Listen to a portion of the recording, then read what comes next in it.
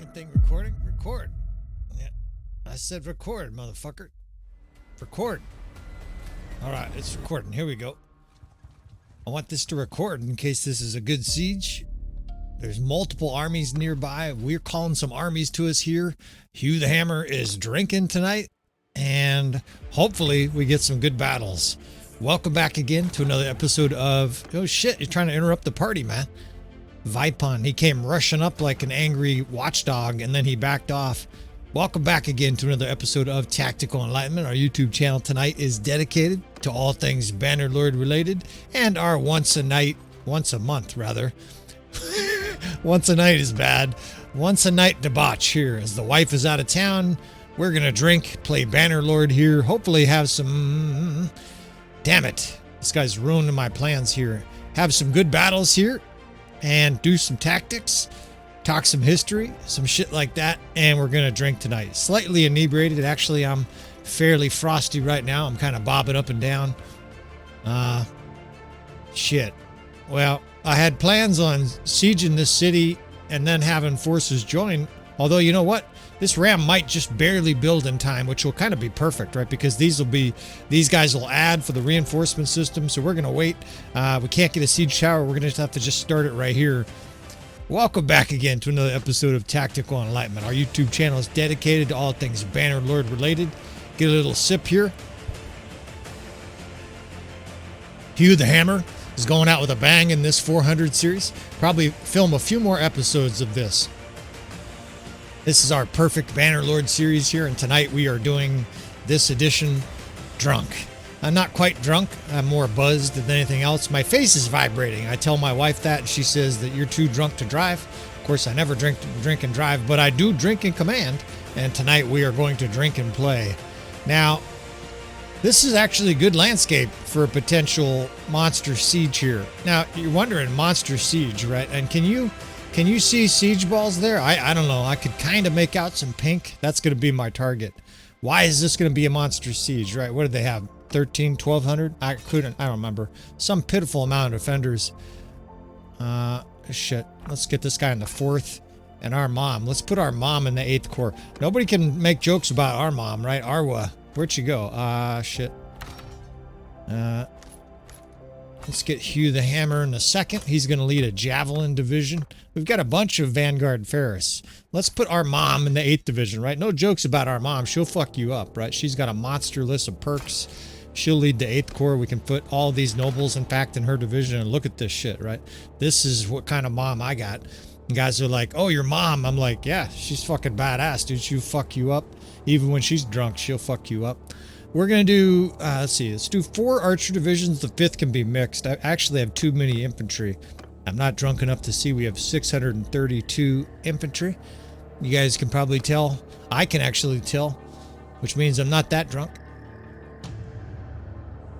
Get another sip here.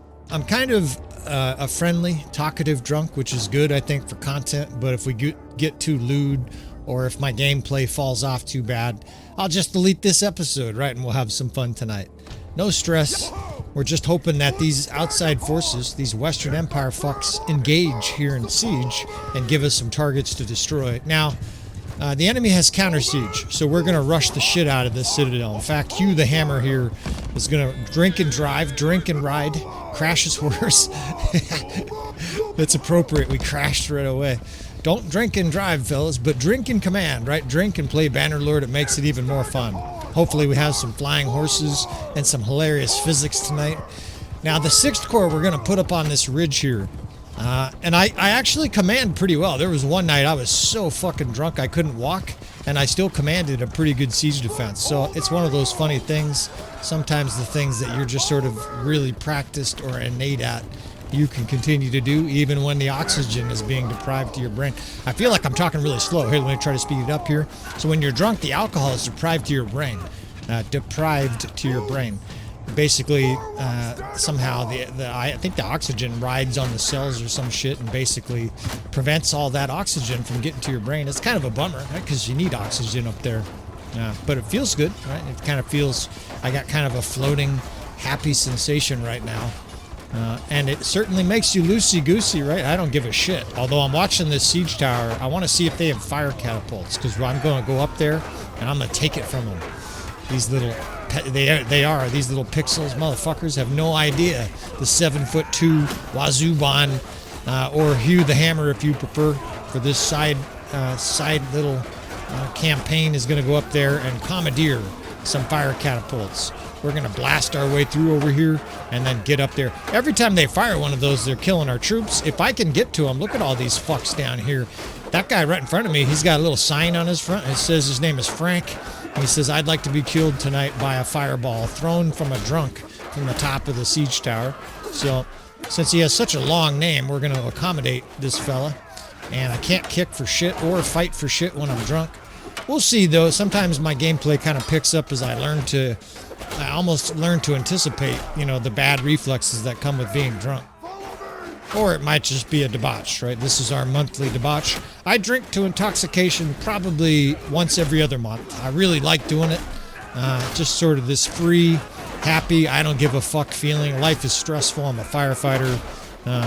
There's all kinds of horrific political shit happening because our country is so fucking divided. Stupid fucks letting China divide us. Unbelievable.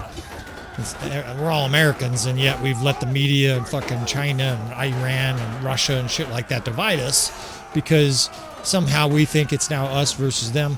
We won't go too off the deep end politically here, but I like to drink and just kind of have a good time here. Bannerlord is the perfect game for having fun, right? These guys are getting obliterated by a javelin. Have a javelin, you bitch.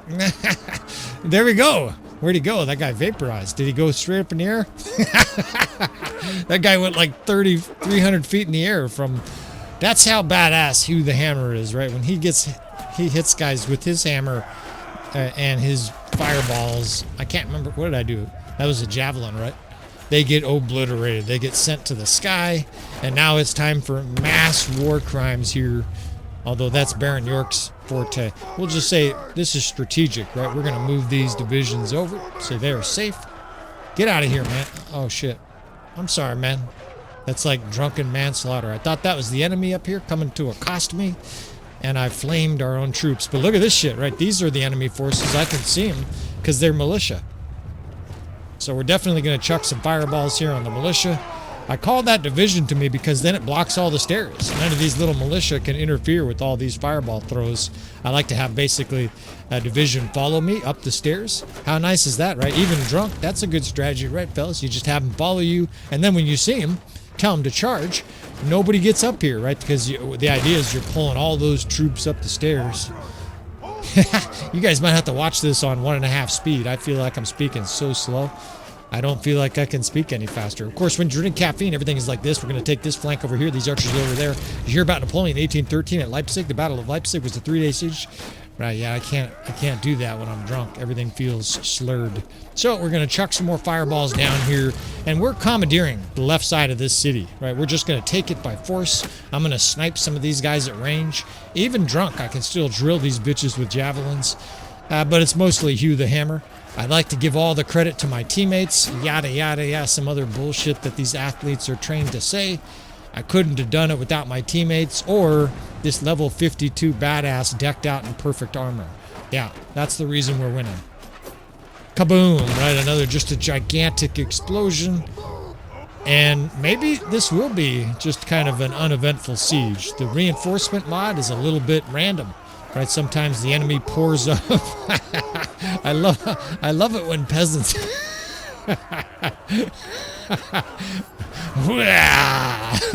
I love it when they die, and I love it when they beg for help.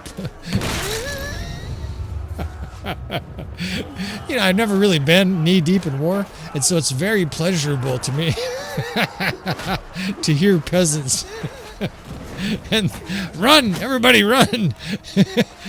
And the guy goes, help, help. See, I'm going to have fun at least, even if you guys don't. This shit's hilarious.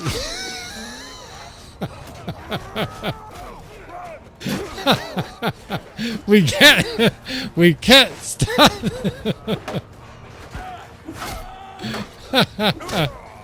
The enemy's just reeling here, getting blown up. We can't stop them.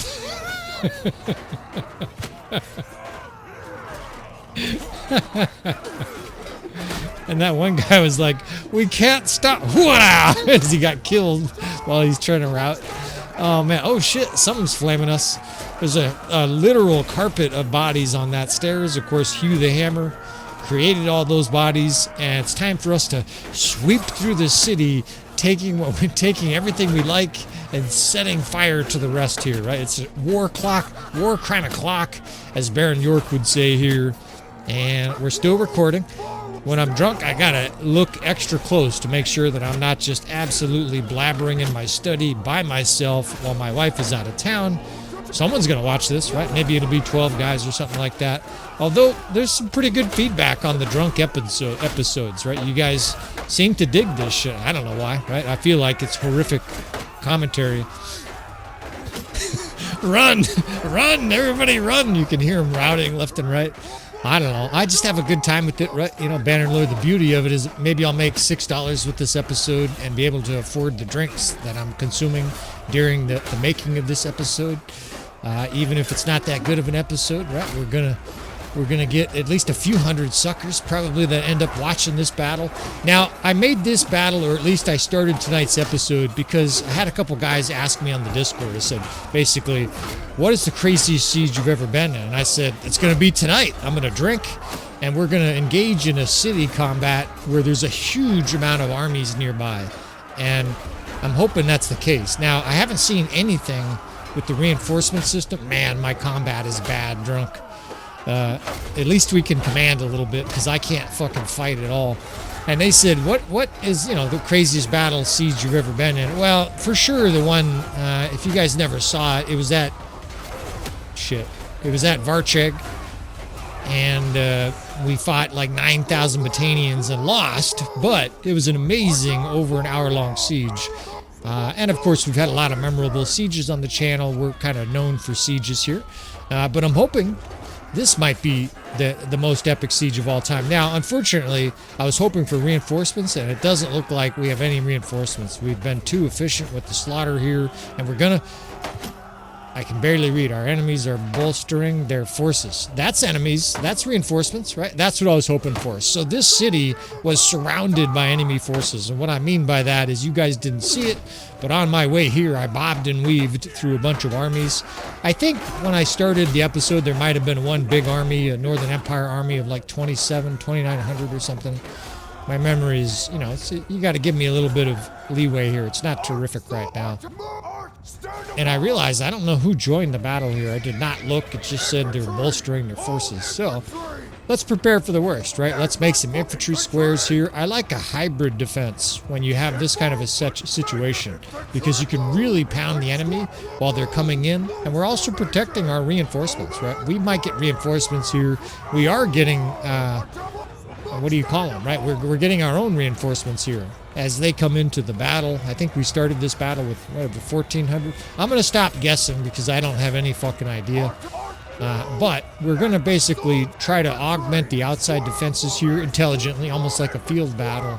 And then if and when it becomes obvious we need to get inside the city, you guys really could watch this on 1.5 speed. I feel like I'm talking so slow. Although maybe that's just my perception. All right, we're going to bring the archers over here. What I like to do, though, is bring these other 4 divisions. Let's do the 5th, 7th, and 3rd into the courtyard here. We'll get those guys. Let's see. And get some archers on the walls up here. And these guys will just be kind of auxiliary fire, right? I just split that division so that there's, you know, some support on the walls. Now, I've got 3 squares out here. And the reason I'm doing that is because you see those natural defenses? Those are for the attackers, but we can use them to stop the defenders, or whatever you want to call these. We used to be the attackers, now they're the attackers.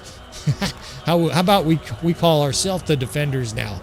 We've taken the city, basically. And if you've never seen an episode like this amazing reinforcement mod, it really does resemble something out of like the Pelennor Fields from the Lord of the Rings. In fact, if this is a great battle, maybe we'll say it's something like that, right? And what happens essentially is while you're sieging, the enemy can come in behind you and attack you, and that's what's happening here. Before we were able to secure the city, the enemy just poured in, although right now it's more of a trickle. And of course, in the after editing, I'm looking up at it. I'm not going to tell you guys what it looks like. I had an urge to right there, though. It's amazing how honest I am as a drunk. But in the after editing, we're going to just delete the power bar, probably some minutes before what I'm talking right now. So you can look up there all you want. I'm the content creator. Afterwards, we're just going to make it so that I was about to say you fucks. You friendly fellas visiting the channel. You guys aren't fucks, man. You guys are the only reason I have a YouTube channel. You guys are fucking great, man. I'm a happy, lovey drunk. I typically am extraordinarily energetic. I've been known to charge into rivers and lakes with slippers on. But I'm also a very friendly, talkative drunk, as you guys can tell. And one of the things I hear is that generally people, when they're drunk, that's their most natural, real self. In other words, you know, people put up fake faces and stuff like that for, I don't know, for girlfriends or whatever, when you go have dinner with the relatives. And I'm very happy about that. I'm kind of proud almost that I'm a very friendly, happy, lovey drunk. When I got really drunk from my bachelor's party, I was hitting on every single chick, but it was super sweet. Like, well, I think it was. Of course, I was drunk. I have no idea. Maybe I was an obnoxious fuck, but I was super sweet. Like, nah, you're really pretty, and I would love to kiss you and make out, but I'm getting married in a month, so I'm just going to smile and act shy right now and move away from you. I like it because, you know, some people are violent drunks or they're rude or they're racist or something like that. I like that, my natural drunk self. It still says recording here. We don't need to do philosophy for no reason. I like it that my natural drunk, and it doesn't mean if you're a mean drunk or a fighting drunk, you're a bad person. It probably just means you were raised by bad people, right? Which is not really your fault. I'm one of those guys that believes that most people are innocent and we're just a product of our environment, right? If you're kind of a bully and an asshole, it's probably because of something that happened during your upbringing, right? We'll do a little philosophy in this episode, right? I do philosophy when I'm sober, when I'm drunk. I don't give a fuck. You know, you guys can make fun of me later. Feel free to leave comments. It's good for the channel. I don't mind. We're just going to kill some of these cavalrymen here as horses go flying everywhere, and we're going to present a defensive front. I've got archers behind us in the city. I feel like I have 80,000 troops, and we can't be beaten here. I mean, look at what we have here. I've got 3 defensive lines of infantry. I've got a square. We're using these outer... we're using these outer little barriers as protection. Need another drink here. Got lords running around shit like that, or cataphracted stuff like that. And the enemy forces that are coming here are scanty. I should say, before I started this battle, to ensure maximum carnage, I cranked everything to the max with the reinforcement system. Right? If you don't know the reinforcement system, that doesn't mean anything to you, but basically this mod allows other armies to join, and I cranked it to the max. Maximum distance armies can join. Maximum likelihood armies can join. In other words, there's a certainty any enemies nearby are going to come and charge in here, even if they can't win. And that's what it feels like right now. But also, what did I do? Wait, maximum? Oh, and maximum time. So reinforcements are going to come in for a while here, right? In other words, it takes them a while to get here, but these reinforcements, just like my talking, it's going to take a little while for me to get off a sentence. Now I'm stuck. That guy was stuck, and I got caught in the same Bermuda Triangle that guy got caught in. So I got to destroy some shit here. All right, we're free. I think I'm stuck. Oh, here we go. There are some stakes in the ground preventing me from moving. These fuckers are trying to attack the commander. I look over and I've got 2 health bars. That's not good, right? That means I've drank too much. It says I have half a health. If you have 2 of them, oh shit, we got flying horses. If you got 2 health bars, does that mean you're 100%? What do you fellas think here? We're going to move, do a couple commands here, and I'm already eyeballing my drink. We're going to have another drink here. And I got a little list of things. I wrote down a list of things to talk about in case this is a long siege. It doesn't look like it'll be a long siege, but in case it is, we'll talk about some shit. The rise and fall of empires. Move this division over here and get ourselves a little tasty beverage. I've got the 2nd, 3rd, 1st, and 4th out here with the rest of the divisions inside, and I don't feel like we need them. I feel like this siege is already over. I could just club this entire division to death. It's a bunch of mediocre troops, too. Get the fuck off our city with this garbage fucking bunch of rejects. where our units are in a square, just impervious, and the death spam is almost entirely green.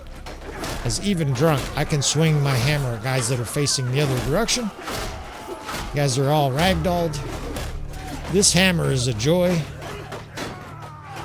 We're throwing javelins randomly all over the place. And I do see more enemy forces coming in here, so you just anticipate shit getting bad. In fact, look what I see here. I see rays of sunrise. As this siege has been so long, it's now morning time. I almost said nighttime. 1, 2, 3. 3rd Division there. I might even get the 3rd Division inside the Citadel.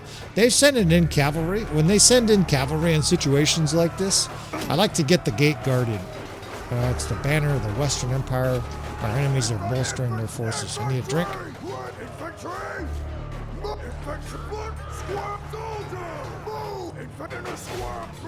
Now that would be funny to film. You ever pushed 4 buttons while you're holding your beer in one hand and moving your mouse with your fucking offhand? That's what we do right there to get a drink. The things we'll do to get a drink here tonight.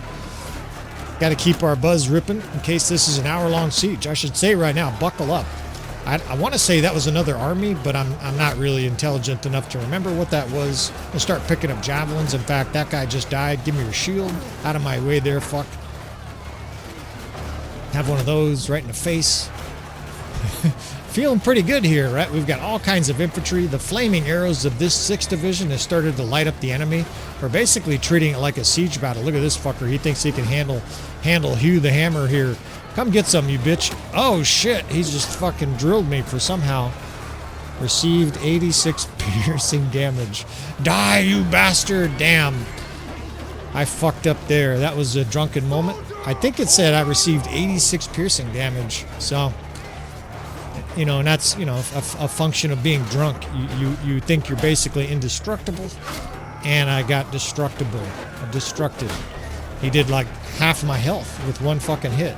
Now I can get on a horse. Hey, that motherfucker took my horse. I can get on a horse here, and it'll be beneficial in a siege like this, right? This is almost like an open field battle. For anybody who's not experienced the reinforcement system, stick around, right? This is liable to get really gnarly.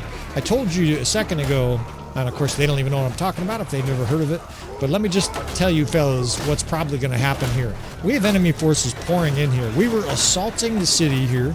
We took the city, but before we could take it, enemy forces came in from behind, right? The video game term I think we used a long time ago is called ass jam.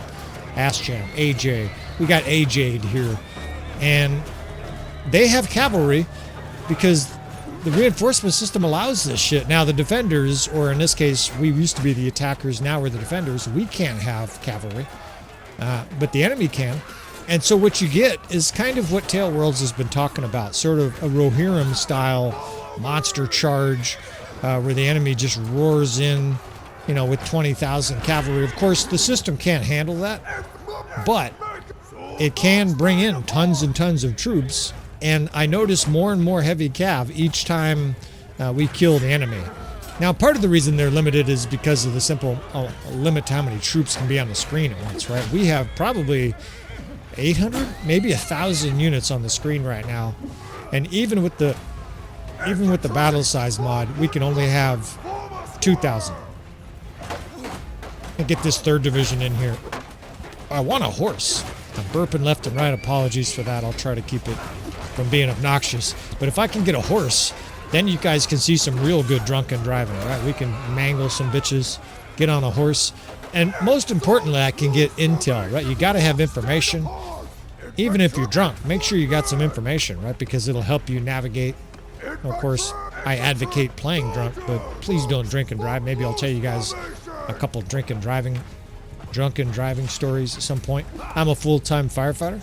And I despise drunk drivers because of the shit I've seen, right, with my profession. You are dead! Now, their horses keep dying, but eventually we're going to be able to get Hugh the Hammer on them out here. Oh shit, I'm banging my microphone. Sorry, fellas.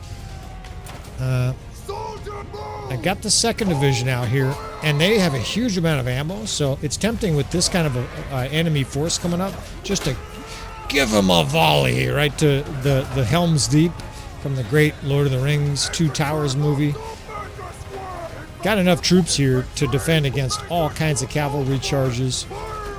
But what I should have said, I think I was making a point, maybe there's a point to some of my rambling, is that the reinforcement system, all of the armies that were nearby this battle before it started, can now come in and attack behind our siege assault here, basically. We're going to have a rambling, long siege defense. It really turns almost into an open field battle outside the city that's going to feel like a quasi-siege defense and a quasi-open field battle, right? These enemy forces are pouring in here. We're at war with like 5 kingdoms, so there's a lot of different angry kingdoms that are going to be coming in here. And I don't know how many troops that is. And of course, I don't access the game menu. There's a couple things I do to try to keep your suspense up, in addition to talking very slow. See, if I try to talk fast, I slur my speech. In addition to talking very slow, we're also going to hide the power bar so you can't tell how the enemy is doing. If I focus, I can do okay. I'm going to get some oxygen. I'm getting charged here by cavalry, and my health bar makes me very uncomfortable. But we're going to be getting attacked by an unknown amount of troops because I don't open up the little game menu there. And I like to keep that power bar dimmed out for you fellas. That way you guys can't see what I'm seeing. I just looked up at it, actually. Not going to tell you what it looks like, of course. That would defeat the purpose. But I want you guys to have a layer of suspense. That way you're not going to know whether the enemy has thousands of troops or whether they're about to rout. Right? I don't want you to know that. And in some regards, I don't know. Oh, shit. Oh, shit. Player agent is dead. Who is this? We got, I think this is Thace. This is one of our infantry captains. Now, this guy is a jack of all trades, and I hate playing a jack of all trades. They're superior infantry division captains because they get a huge amount of perks. And he'll be good defensively, but I like killing. I'm a serial killer waiting to happen, right? Someone kills my wife, I'm going to kill their whole family. I'll probably kill their fucking mailman. Don't kill my wife. It's going to unleash a torrent of violence. Someone maliciously kills my wife, one of the kindest, gentlest, nicest people on the planet. You do not want to see me unleashed. My wife is like, I would not want to be your enemy. I'm like, no, you wouldn't. So don't get killed, my lady.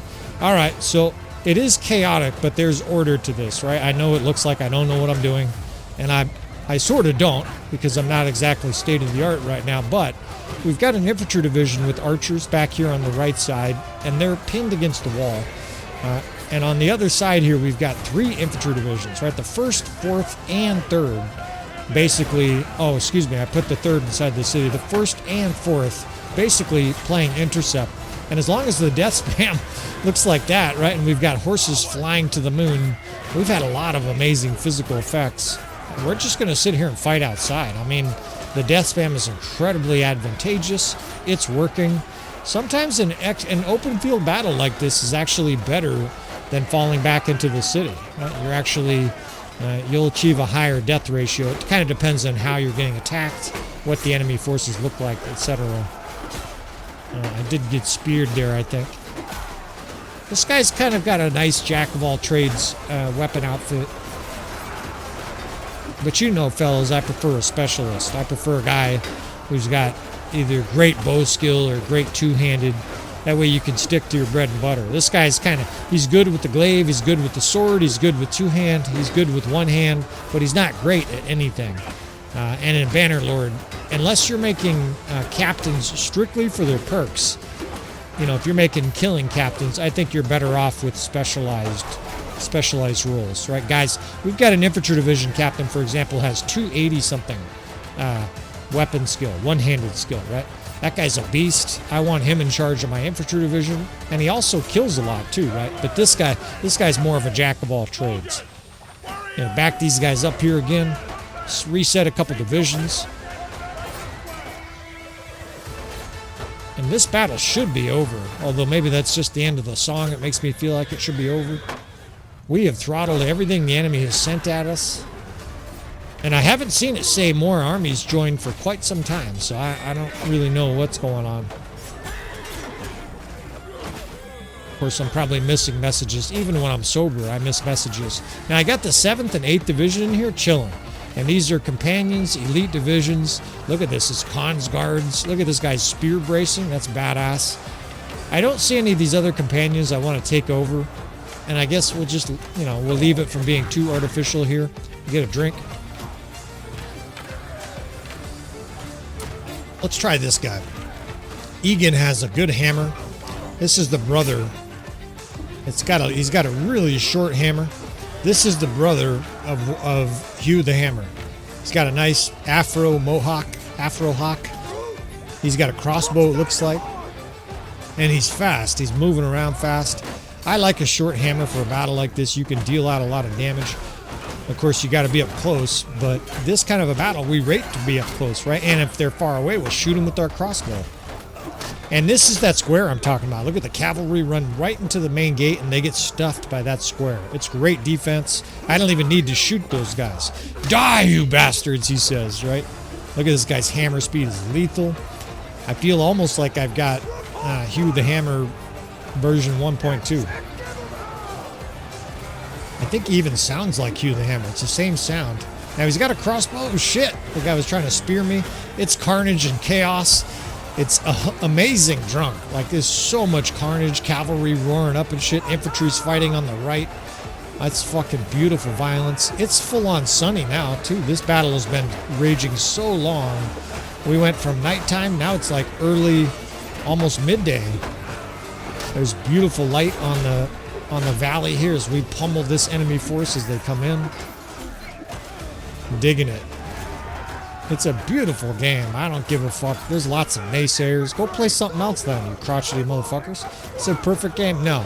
Does Tale Worlds always do a terrific job of delivering their promises? No.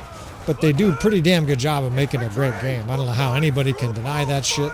I'm standing in the middle of a maelstrom here. I better get to safety. All I see is spears flying right over my head. Let's go to where they're standing still. We like stood-up horsemen, right? We can smash them to pieces. We can tenderize this meat before we eat it. We're going to have a horse feast after we obliterate these Western Empire fucks.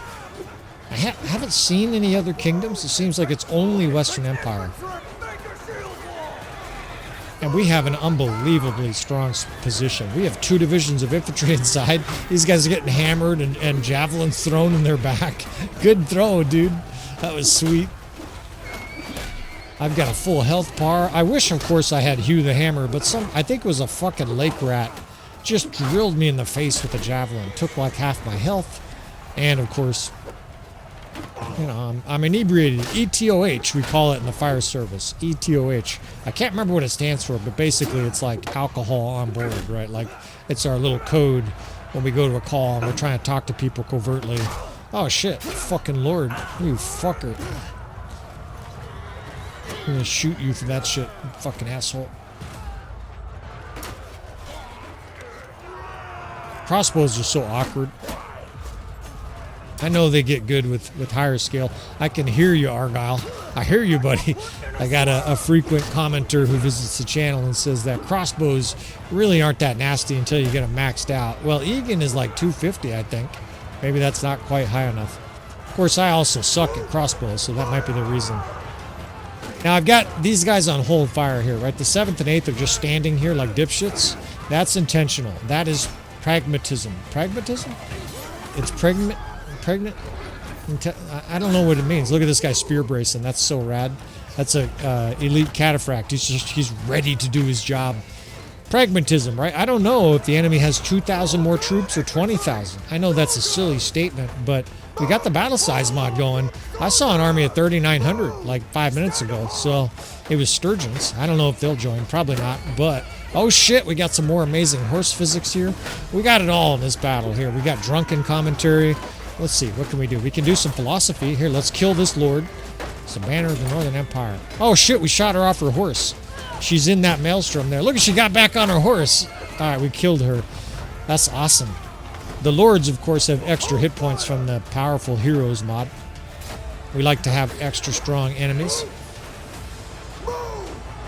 Let's set up a couple different divisions here. We got the, let's see, the 6th. This is the 6th, 7th, and 8th. I try to keep numerical units near each other for memory, right? Otherwise, especially when I get a little drunk, I kind of lose track. In fact, I lost track of that 1st division and it died. What that tells you is there's a lot of enemies all of a sudden pouring in. Because that division had like 100 plus units in it, and in like 5 minutes of combat, it died. Now, I probably charged them and just forgot about them, right? It's like leaving your dog in a kennel for 2 weeks and it dies. You're a terrible person. It's okay to leave your Bannerlord units neglectful, but take care of those animals. You need a arrow barrel here, but let's tuck that 2nd division inside there. These guys should all have line of sight, right? Look at that shit. Really good line of sight from the left. These guys can fire, and watch this fucking flaming maelstrom. This is going to be blast. We'll give you guys a front row seat to this destruction. The enemy's pouring in here. Of course, there's no friendly fire, so I can just stand in this fucking complete firing squad, flaming abyss for the enemy, and they are being melted. Anything I don't kill gets shot to pieces. This is awesome. There's horses exploding in the doorway here. The hammers blowing units all over the place. The enemy's screaming and crying. Horses are blowing up and dying. It is fucking making me crying. You folks know I'm not rhyming, but I'm trying. We kill these bitches. Kill them all. And that was fucking sweet. Now, I can't stay open fire forever, right? We're going to have to conserve ammo, but man, it's tempting to do it, right? They're just getting obliterated. It's a joy. Hopefully you guys are having fun watching it and I don't just fucking talk to myself here like an idiot. We're still recording. I still see that little green light in the lower right corner. That's my little cue that the NVIDIA GeForce thing is doing its thing. I wonder if I could get an archer division up this hill and break off a couple divisions here. See, the 1st is gone, the 4th is damaged, and the 3rd is hurt. An ominous song came on the soundtrack. I'm starting to feel a little bit uncomfortable here. You just don't know how many enemies you're up against here, right? And you keep expecting it to say the enemy has fled, you have won, but you don't know. That's the both scary but also brilliant nature of the reinforcement system. As I get blinded by the sun here, the reinforcement system allows for virtually unknown enemies, right? There really could, fellas, there could be 10,000 units that are attacking us here. You just don't know. So you got to treat this like it's the last stand. And it's a hell of a time to be drunk. But we're doing okay. I don't feel like I've been a disaster as a commander, although I killed my character pretty quick. Fucking lake rats. They're my favorite minor clan. Sometimes guys ask me. By far, the lake rats, especially with tactics, are unbelievably devastating. I did a kill box with them against tier 5 and 6 units, and we had like 50 casualties. 500 against 700 enemies, and we had 50 casualties. I'm not bragging. I'm saying it's the power of having 10 javelins. They're just elite. You kill everything. And this guy's killing everything. This is what this guy's made for, is close combat. His hammer just whirls. Guys are literally, it looks comical. I wonder if I can edit this afterwards. He's hitting guys and they're flying to the edge of the screen with his little hammer here. Now it's very, very short. You can see he's like holding it and protecting it with both hands. I think it's 80 range or 60 or something like that. It's very short, but it's unbelievably destructive. And it's super fast, right? He can swing it so fast. Now, I got a ridge up here we can kind of use with this 8th Corps. Maybe they can, there, some of those guys are up on the steps. They can shoot. But I'm not going to keep these guys firing like the whole battle or this whole exchange. You can see the little white bars that are our ammo. These are the only 2 units that have any ammo left, right? So how do you get units, other ammo, ammo to other units? Wow, you got to share them. I just split some from the 8th to the 4th, and man, do I feel like I'm talking slow. Now, we can't put archers out there, right? There's tons of archers outside. The guys want to defend the walls with archers. It just doesn't work, fellas. Your units don't take cover. Even drunk, I can tell that's not going to work, so we defend the courtyard. This is our city now. Come get some, you bitches. We've got like 600 troops left, and I'm ready for a fight. I guess I'm a peaceful drunk unless it comes to Bannerlord, and then I'm like the most rapacious, violent, cruel, ferocious, choose your word, that you can imagine. Right? We're going to fuck some enemies up in this episode. 2, 3. The 5th division actually has ammo left. They're shooting. Variag champion.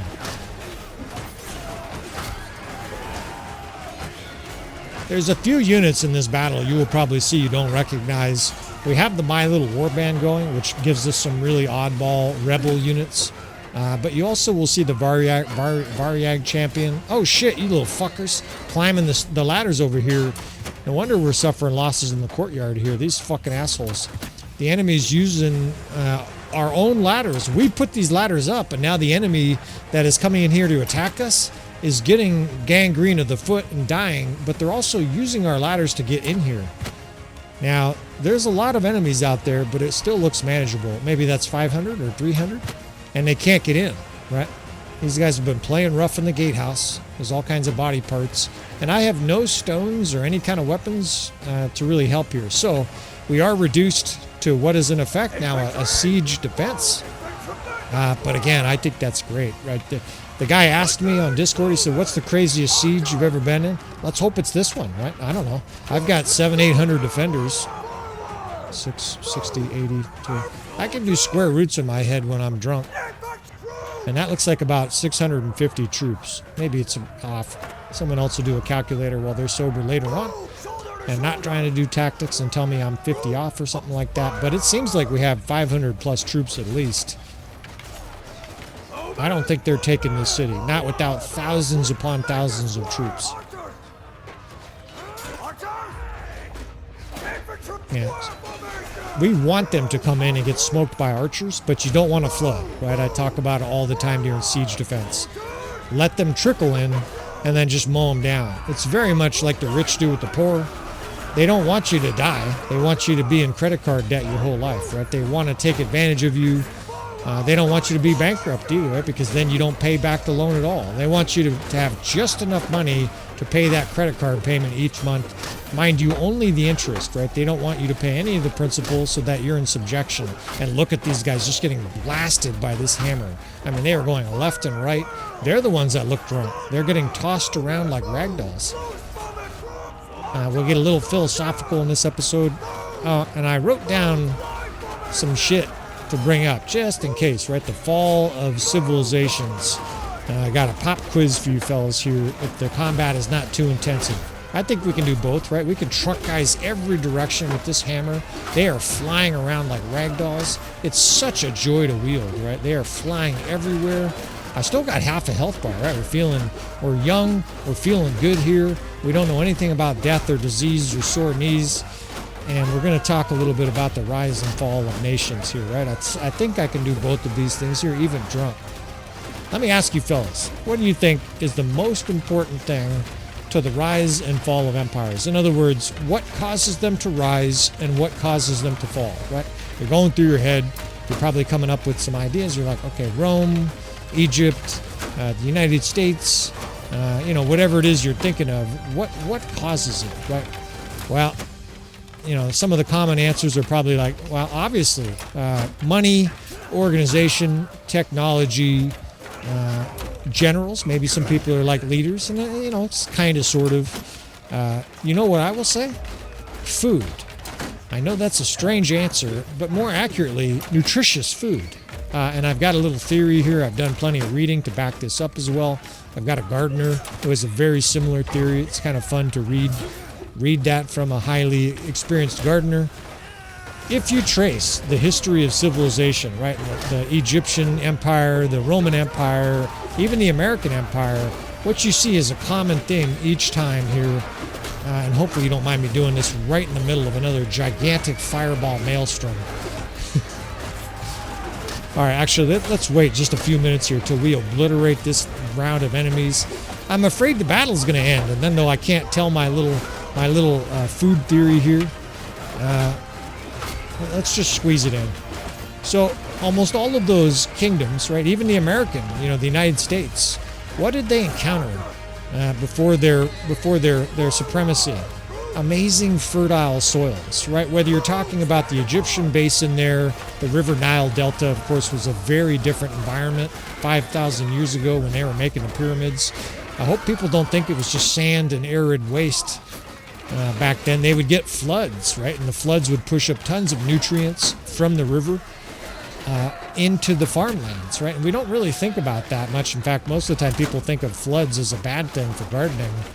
But one of the most important things for gardening, and I'm a very experienced, highly scientific gardener, is nutrients. You must have nutrients in your soil, right? You've got to have nutrients because we get 99% of the nutrients from our life through our food, right? We get a little bit through the air that we breathe, through saliva that accumulates from the air that we breathe. If you live near the seaside, you're getting extra certain things, sodium, etc.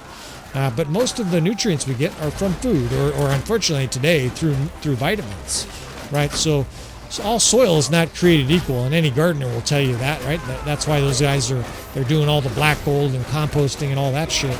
But it's more complicated than that. It's a lot more scientific than just having some nice black soil that you call compost. Not all compost is created equal. And the bottom line is that little microscopic almost nutrients may or may not be present in your soil, and that can directly affect the quality of the food, which directly affects the quality of the nutrition, which directly affects the health of the people. Right? I know that's maybe you guys think I'm just full of shit. But bear with me here. Man, those guys raped that cavalryman. He got dismounted and fell into a complete death sentence. It was like Fian Champ, Consguard, somebody else, and they just mangled him. The enemy are bolstering, they're not blistering, their forces. This might be a monster siege. We've got 800 defenders or 600 defenders maybe. We've got ammo. I'm going to keep telling my story. We've got horses flying straight out of the fucking arena. That one went over all the buildings. It landed in some poor farmer's yard. And then you know what he did with it? He turned it into fertilizer because the Romans were aware of nutrients, right? There's plenty of documentation that show that they did all kinds of things to remineralize their soil. That is the key word, right? Remineralize. And why is that necessary? Well, the fertilizing industry would tell you that you need NP and K to grow vegetables. That's true. That's all you need. Go down to your hardware store and buy some NPK, a big bag of 30, 30, 30. Those are just the percentages of by volume, right? So 30, 30, 30. There's a lot of nitrogen, phosphorus, and potassium in there. Those are the building blocks of growth for plants. Those are essential. Those are the big three. That's like you and me eating carbohydrates, protein, and fat. But if you eat nothing but protein, carbohydrates, and fat and no micronutrients, you're going to be a stupid, disease-ridden, dementia, prone to getting illness donkey because you're missing tons of micronutrients that are necessary for optimum health. I didn't mean that in a rude way. That's just the reality of it. You need all kinds of micronutrients. You need things like boron. You need things like sulfonide. You need all kinds of little micronutrients that you don't get from your standard fertilizer. Now, the reason the big fertilizer companies don't include all that shit in their fertilizer is it's expensive. And you grow very good corn with just NP and K. It grows to the sky, right? They learned that after World War II when they had all this fertilizer. They had all kinds of fucking, basically extra ammonium nitrate because it was the same kind of thing they were making bombs with. And they were like, what do we do with all this shit? And somebody somewhere was like, well, you could grow corn. And they're like, are you joking? And they said, no, you grow corn really well. Ammonium nitrate fucking plants to the sky. And these fuckers are coming up over here. So let's support this left side. Or we'll call it the right side so we don't get disoriented. I've got the 5th Division. There's still some elite companions in there. See if I can multitask here. I got a sword sister here coming up the ladder, bellowing at me. And we're going to continue with our narration here while we pound her in the face. Yeah, your crossbow reload's slow there, miss. Bad decision. All right, so NPK, right? Those are your major building blocks of plants, right? Every single nursery will sell you some NPK, and if you put that on your flowers or your corn or whatever, it'll grow beautiful crops. They'll be tall. You'll get a lot of tomatoes or corn or whatever it is you're growing, and they will be highly devoid of primary and secondary nutrients. Things like boron, all kinds of things that are just not considered essential by the farming industry, right? They're mostly organic, they're expensive, so they're not going to include it in your standard fertilizer. Plus, for most people in this superficial world we live in, if the corn is nice and tall and your plants are green and you're getting, you know, kind of sweet and tasty corn from it, nobody notices, right? These boys are playing rough. Heads laying everywhere out here. What I can tell you as an experienced gardener is the science is clear. That kind of food is not good for you. It doesn't lead to nutritious outcomes. And I think in addition to all kinds of other things, cancerous shit, plastic, all kinds of chemicals in the air, you can trace the health of the American consumer to this artificial farming, right? This chemical fertilizer, NPK farming. Now, getting back to my point, the rise and fall of civilization. Well, when the farmers came over here in 1712 and 1642, they weren't using artificial fertilizer, of course, because they didn't exist, right? That kind of stuff really wasn't a major part of farming until like the 1930s through 50s. So these guys came over, and what I mean by these guys, these Europeans, right? Mostly Europeans, Spanish and whatnot. They came over to the New World, whether it's Spain, but especially North America and Canada, and they found incredible prairies, like as far as you could see, right? Just incredible grass. What do we got going on here? We'll get some guys organized here.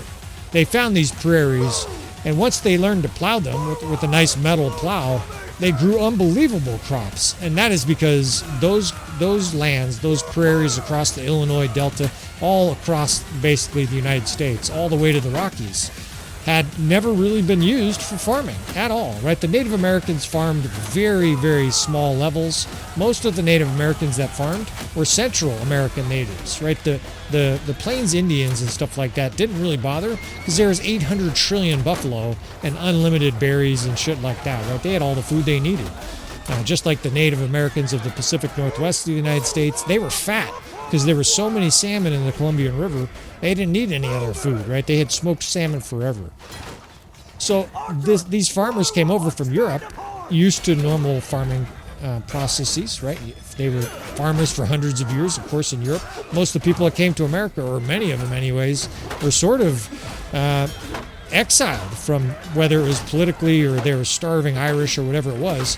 And they found the most fertile, unbelievable crops, fertile land for crops that anybody had ever seen. And they just had a blast, right? And concurrently, the population and health of the United States, the people that were here in the United States from about the 1750s to the 1900s, had probably the best nutrition in the history of the world. And I mean that literally, right? They had unbelievably rich crops that were yielding unbelievable amounts of corn, right? There was a huge amount of corn and all kinds of crops that were sent in trade, whether it was overseas to England, etc. That was becoming more of a factor by then. And so the Americans, they were healthy, they were gaining money, and there was unlimited land as long as you were willing to tell the Native Americans to go fuck themselves and move to the next patch of shit land that we didn't want, right? We basically just had this unbelievable run of good crops, good harvests, and with that, healthy mineralized soil, right? The buffalo had been shitting on it for fucking 5,000 years, dying on it. When they died, their bones dissolved and turned to bone meal, right? Anybody who's a gardener will tell you, I know what I'm talking about here. This is all science, right? Even when I'm drunk. In fact, I may be getting too drunk here. We're just going to shoot and take a drink.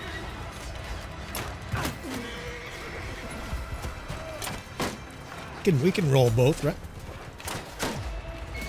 Not moving, easy to drink. And it's not that exciting. I'm just sitting here shooting because I keep waiting for it to say the enemy has fled. I see some troops milling outside the gate there, but it seems like we've got this siege in hand still. Even though it's been an unbelievably chaotic siege already, I still have like 500 troops. Okay, maybe it's 400. 370. So, oh shit. I was looking up at my numbers there and got smoked. Fortunately, we've got lots of family members, right? Hugh the Hammer had like 4 brothers, so we're still ripping here, and that's one of my favorite death sounds. He gets hit by a glaive. You know that shit would hurt, and that's probably the sound I would make. You just get cut apart by a giant fucking sharp blade on the end of a stick. That's exactly the right sound. That's one death sound they nailed. All right, so we were rambling, farms and shit like that, but let me make sure this siege... I don't know how many enemy forces are here. It's really deceptive because there's a huge amount of enemy forces out there.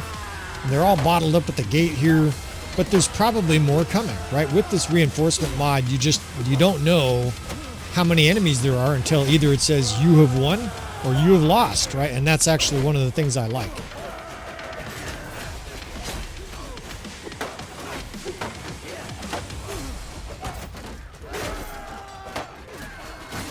Now we're going to have to start doing concerted charges here.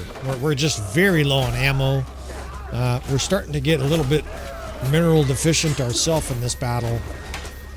And it seems like every time I get nervous in a Bannerlord battle, some ominous soundtrack comes up. And it might just be that we have a lot of ominous soundtracks that play as part of my random playlist. But it's almost like it reads my mind. Like the algorithm is so dialed in. I'm starting to get concerned here. We've got tons of elite troops still coming up. That's a fucking line breaker. They have an endless amount of cavalry, it seems like. And we're getting low on ammo here. I'm going to have to start reaching into our bag of tricks here tactically to keep our chances afloat here. 10 minutes ago, I was thinking, like, I don't even have to pay attention. I can just shoot in the gatehouse and we win. And now it just looks like a complete dogfight scrum here. It still feels like we're winning. And I look up the death spam once in a while, and it's like 6 or 7 green or 10 green and then 1 red. It feels like we're just crushing the enemy into next week. But how many are there of these fuckers, right? There might be 5,000, there might be 15,000. You will not be shocked to hear, or maybe you will be shocked to hear, we've had a siege of almost 20,000 before, so you just don't know. And one of the major problems in this scenario here is, unlike when you're defending a castle or a city, when you're assaulting, you have limited amount of ammo. Your archers will run out, even though in theory, now we're kind of defending it, your archers won't run to the arrow barrel, and the system treats it like it's an open field battle, right? The game design is not really... Like, if you were to ask the game engine what is happening right now, it would definitely just foam at the mouth and be like, I've never seen this before. This must be a bug. Let's close the app. What is this? Get off me, dude. We're not going on a date. But ultimately, that guy... Boy, you bastard! This guy's got the whales or whatever sound to it. Maybe one of you English fellas would tell, Boy, you bastard! He sounds like a goofy sort of Irish, English, Scottish. Die, you bastard! I love that fucking yell. I think that's usually Hugh the Hammer's yell. This guy's, he must be our Welsh. We got one Welsh companion. Now, we can keep that square there and kind of let them trickle in, and that'll probably be a positive exchange, because at this state, that's what I'm looking for. I'm purely looking for ways to kill 5 of the enemy for 1 of our deaths, right? Any way we can do that, I will take, right? Hopefully don't shoot my own guys here. Famous for that shit. But we're going to have to break out our bow here. A bow in this situation is actually pretty valuable because, of course, we can jam up the gate, and I can participate like the 9th Corps and just pound the enemy in the gate.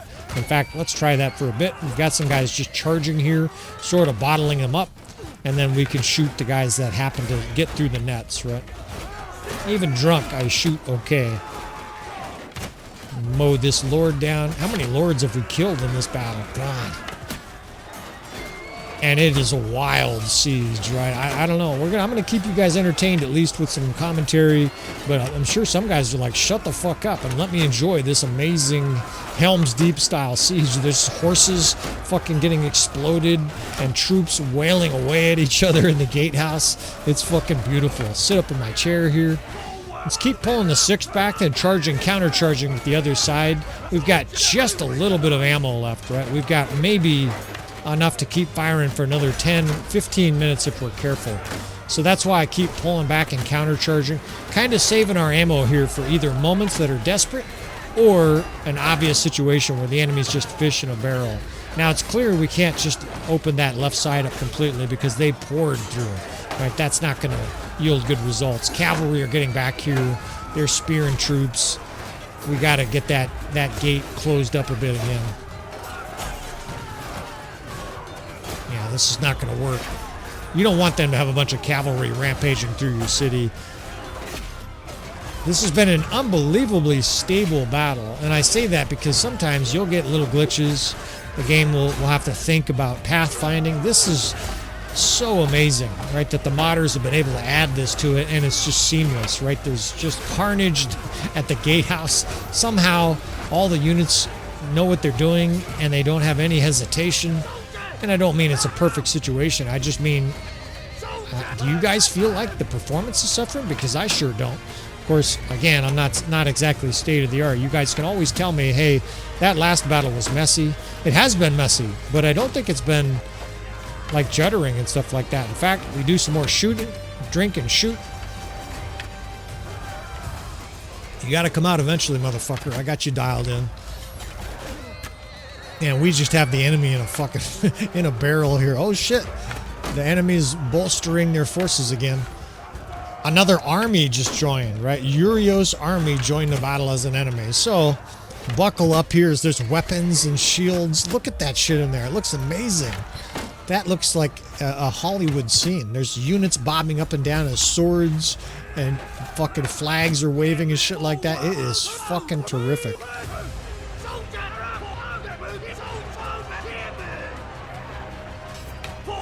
Back this 8th Division up. The 8th Division has, they're like our only unit with some ammo left. There's some Cons Guards and Fian Champs in there. And we're just going to keep countercharging. We're going to pull units back. You do not want your enemy or your ally forces fighting outside the city. You will have unpleasant results. You will suffer casualties far greater than if you could fight at the mouth of your keep. Why? Because our archers are supporting you. See those flaming arrows that are going in there in addition to mine? That means that we have support. The enemy doesn't, right? Their archers are not shooting here because they can't see our troops.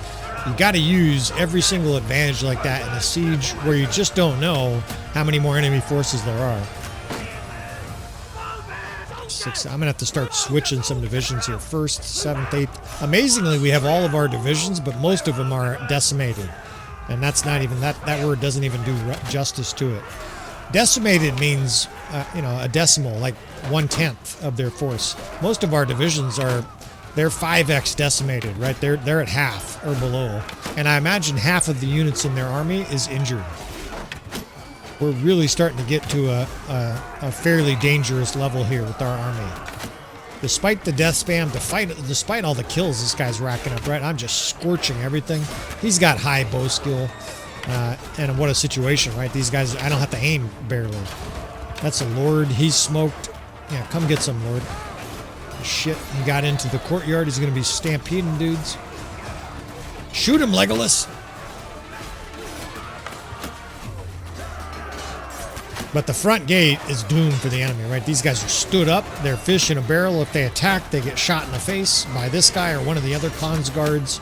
But they're running out of ammo too. I'm at 21 arrows, 20. I can run to an arrow barrel, but your units won't. Shit, this is like a major enemy press. They have a bunch of infantry here. So what do, right? Charge at multiple locations. Try to get a square jammed into the gate if you can. I've got the 8th Division I can call if I need to. They're the best units we have. Companions and stuff like that. But I'd rather have them shooting, right? So unless it gets much more desperate than this, I'm just going to hold them back.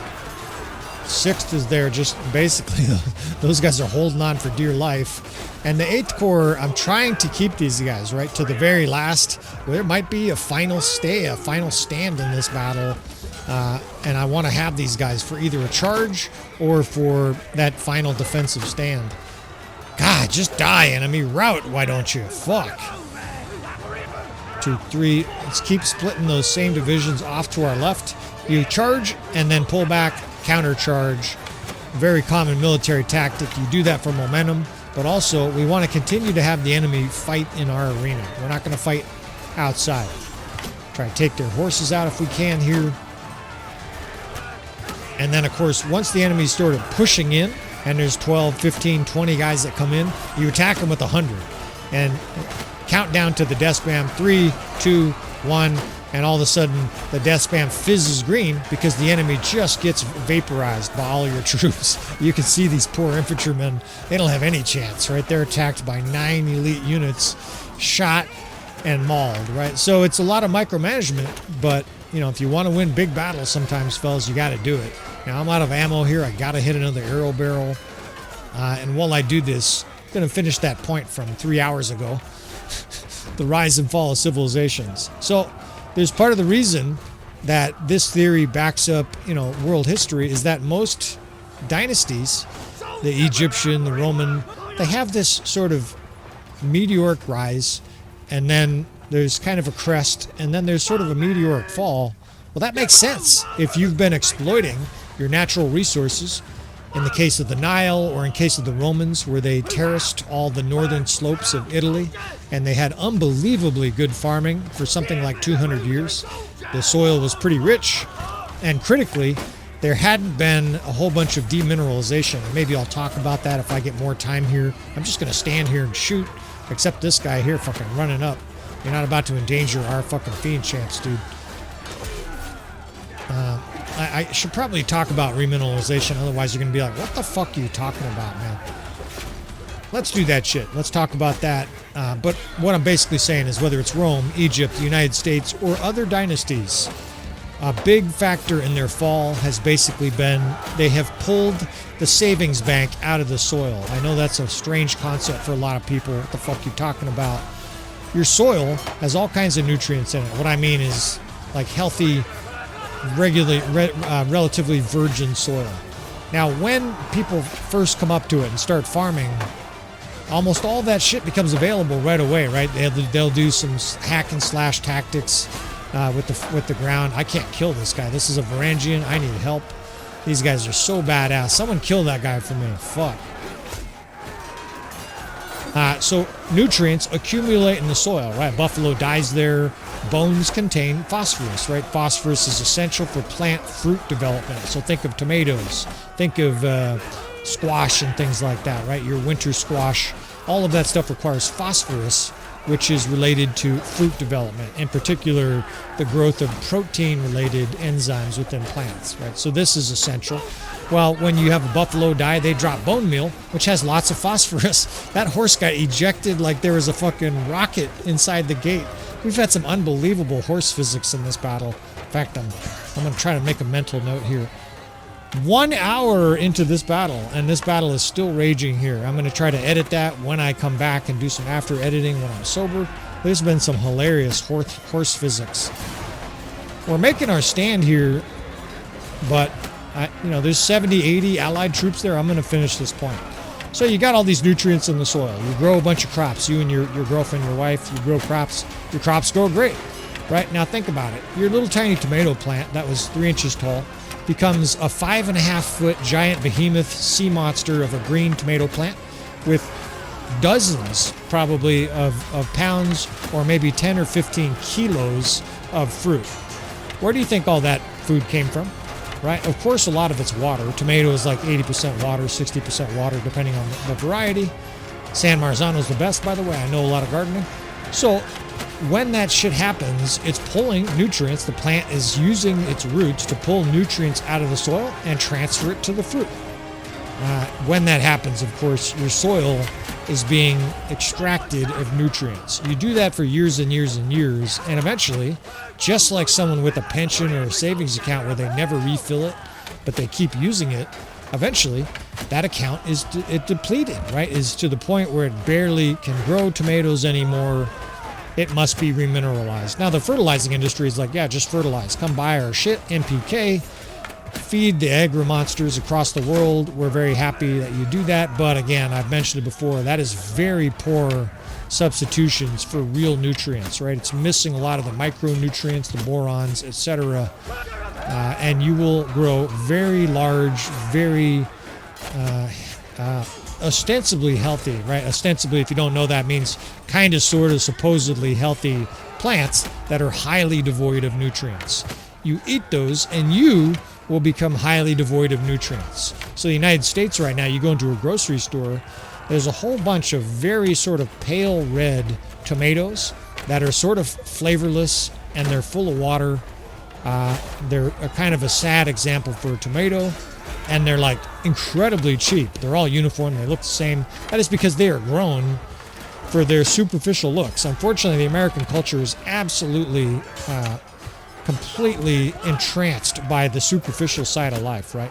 Everybody's got to have a fucking bleached butthole and fucking the 12-inch eyebrows, and the dudes all got to have the tribal tattoos, and it's kind of a plague of superficiality. Looks are the only thing that seems to matter. People marry trophy wives and are stunned when their marriages go horrific.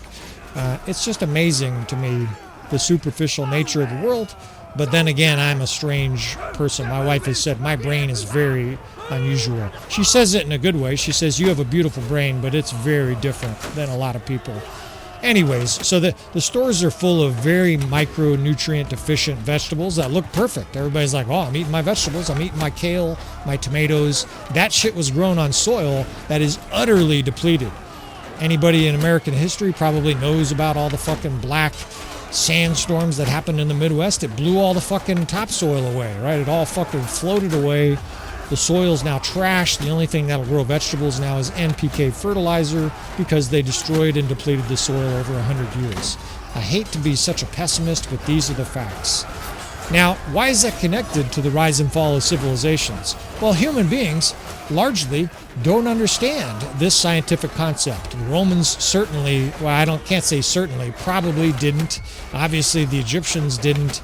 Americans, even to this day, really don't, and that is because the agricultural businesses will squash any kind of literature, scientific documents. They will basically argue that that's a bunch of hogwash, a bunch of tree huggers or whatever, and you don't need to micronutriate your soils. There's plenty of good stuff in there.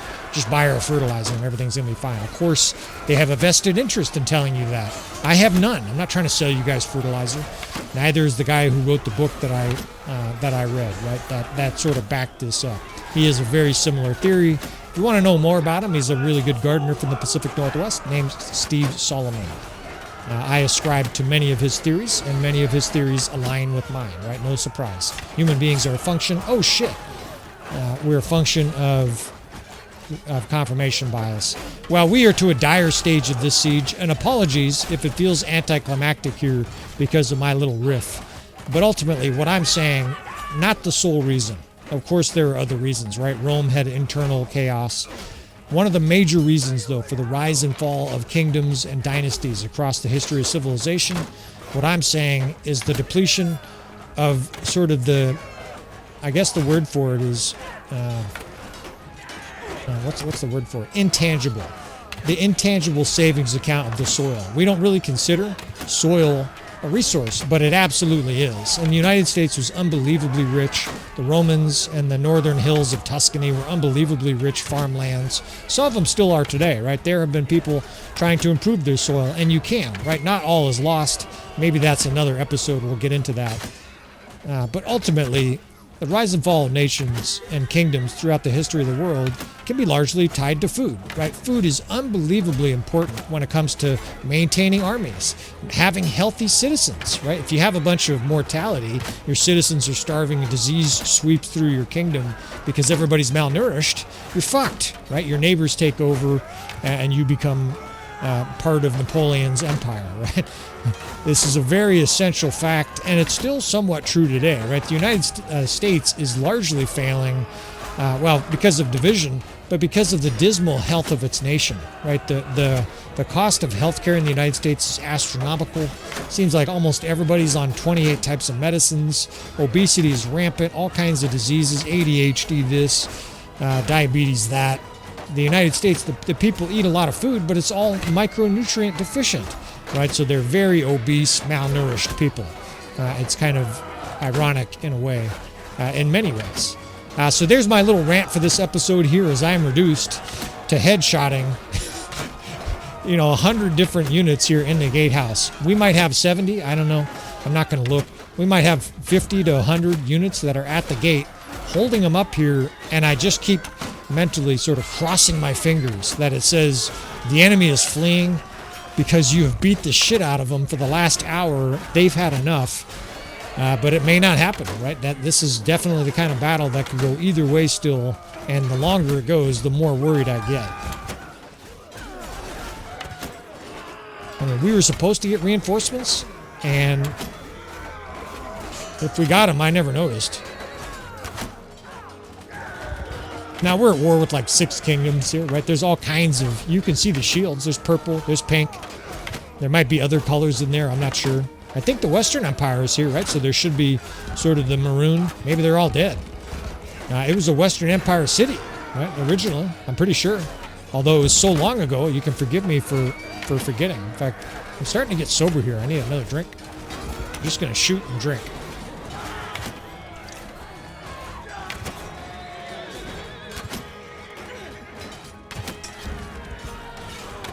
And just route, you son of bitches. This is unbelievable. This is our city. We rightfully took this by force. Accept the laws of war. I mean, our forces have made it almost outside. Maybe we're just going to blow them completely out of the city, and it's just going to say, you win, right? How now fucking glorious would that be? And this might be the answer. This is amazing that Discord gentleman asked me this recently here. He said, what's the craziest siege you've ever been in? This, right? This one right here might be it. Especially if we can get the enemy to rout. We're going to make one more power charge. I'm going to bring our divisions inside here. I observe we have about 50 troops. 39 in the... I can't hide the numbers now. 39 in the 8th Corps. In the 8th Corps. They're still threatening to tear our limbs. These sons of bitches. We must have killed thousands of the enemy, and they're still coming. They still want some. You motherfuckers. I'm so drunk. There's no censoring tonight. I think this is a perfect candidate for another one of our episodes of smashingly good time, right? I'll probably do one of these like every other month where I just drink to intoxication and play, right? We'll ramble about the rise and fall of agricultural communities throughout the world. By the way, you don't have to agree with anything I said, right? Or at least the precepts of my theory. That's the beauty of life. God damn it, this guy's throwing javelins at our Fian Champs. Get your head down, man. Fuck, he took a headshot. Of course, your troops have no idea. I wish you could tell your troops duck, right? Get down!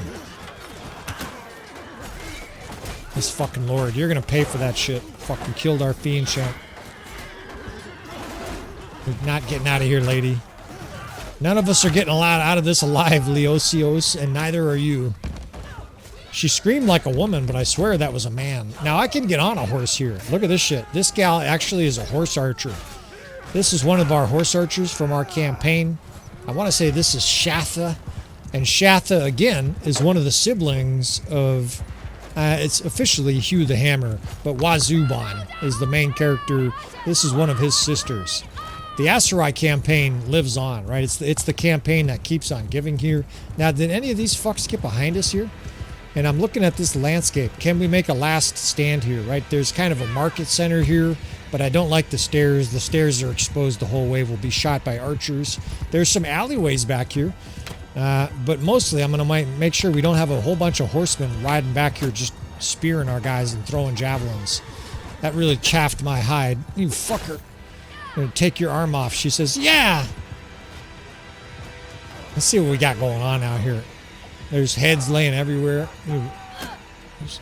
There still looks like there's dozens, maybe even hundreds of troops outside. Give me some arrows. Come on. Yeah, that's like at least 100. Fuck. And we're down to the very nitty-gritty here. Maybe we have 70, 80 troops, 60. And we're fighting... We're a horse archer inside the citadel at the end of a siege. I mean, have you seen this anywhere else on any other YouTube channels? I'm pretty sure this is a first. This is fucking amazing. It's basically like a campaign. We've had like 4 battles all within this once. No, I don't want to get off, thanks. And maybe, just maybe, if that infantry can push a hole, we can get outside and we can start spraying the enemy with a horse archer. Yeah, there's a bunch there, though. We're just going to have them keep attacking there, and I'm going to have her basically on horse. Oh, shit, they got archers fucking creeping up on us here. Again, they're using that right side. You fuckers. Got to keep moving here, but down you go, bitch. Right in the face. Fuck. Sergeant fucking crossbow. At this stage, like 1 shot, maybe 2 is all she can handle. And this is one of my favorite parts of Siege. When you get a very stressful, very close siege, and it's down to literally the last few shots. Who can get the last shot? That's how it feels. Ah. Come on. There we go. Drilled him in the face, too. All right. I think that's all the archers that are over there for now. But that's a problem. If there's two, it's almost like rats. You know there's going to be more coming from that left side. Or we'll call it the right side. We'll call it from looking out from the city. In fact, I'm getting a shot. I can't see from where. Where is this guy? There's a horse. Okay, this guy. There's a guy here in the doorway, too. You fucker. I got like 4 guys shooting at me. Fuck you. Thank God for high-end armor. I'd be dead already. You fucker. Yeah, I'm 108 and that guy didn't die. Smoked him. What do we got here? We got like 30 troops here in the gatehouse. And they're fighting like wolves. Look at that shit. It's so awesome. We've got like 20, 30 guys just holding back the storm of the enemy. Now, I can take a few shots here, but guess who's coming behind, right? Those pesky fucking archers. Here they are, in fact. They're already closing on us. And there's a bunch. This is like 8, 9, 10. Fuck you guys. all the death sounds. I must be a mass murderer, like I'm a serial killer in waiting, because I love the sound of the enemy dying. Just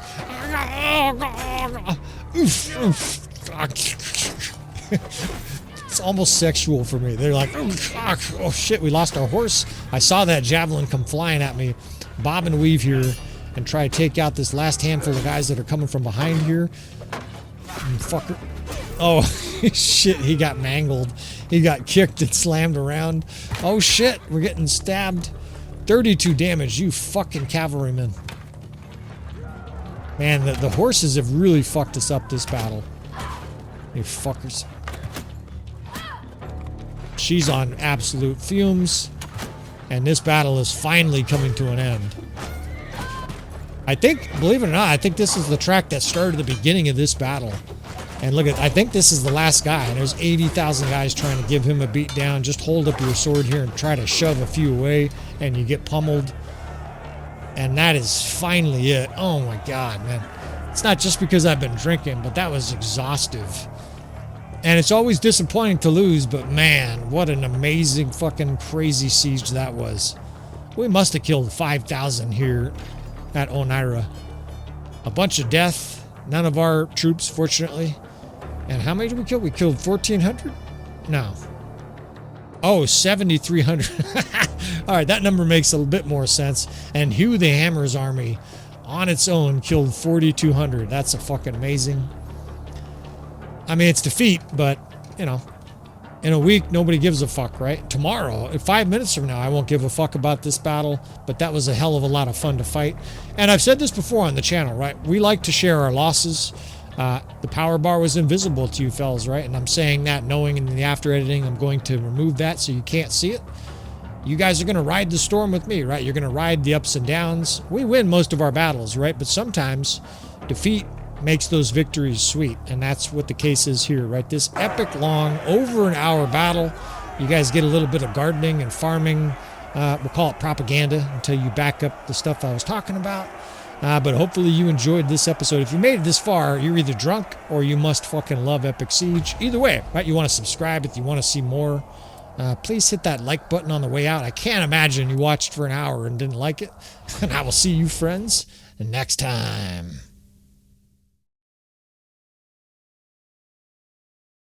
Oh shit, bud, did I not feed you?